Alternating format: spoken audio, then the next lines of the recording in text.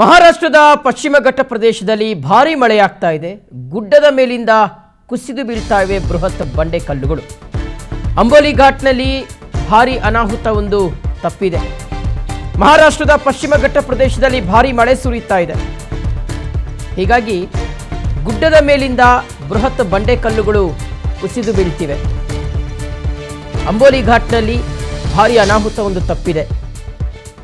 ಬೆಳಗಾವಿ ವೆಂಗುರ್ಲಾ ರಾಜ್ಯ ಹೆದ್ದಾರಿಯಲ್ಲಿ ಬಂಡೆ ಕಲ್ಲುಗಳು ಬಿದ್ದಿದೆ.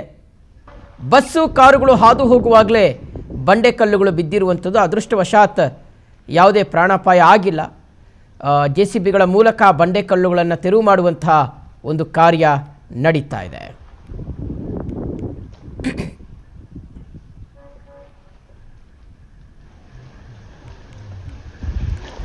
ಓಕೆ, ನೋಡಿ ವೀಕ್ಷಕರೇ, ಕೂದಲೆಯ ಅಂತರದಲ್ಲಿ ಅವರು ಪಾರಾಗಿದ್ದಾರೆ ಅಂತ. ಇನ್ನೇನು ವೆಹಿಕಲ್ ಮೂವ್ ಆಗಬೇಕಾಗಿತ್ತು. ಮುಂದೆ ಹೋಗಿದ್ದಿದ್ರೆ ಆ ಬಂಡೆಕಲ್ಲು ನೇರವಾಗಿ ಕಾರ್ ಮೇಲೆ ಬಿದ್ದು ಬಿಡ್ತಾ ಇತ್ತು.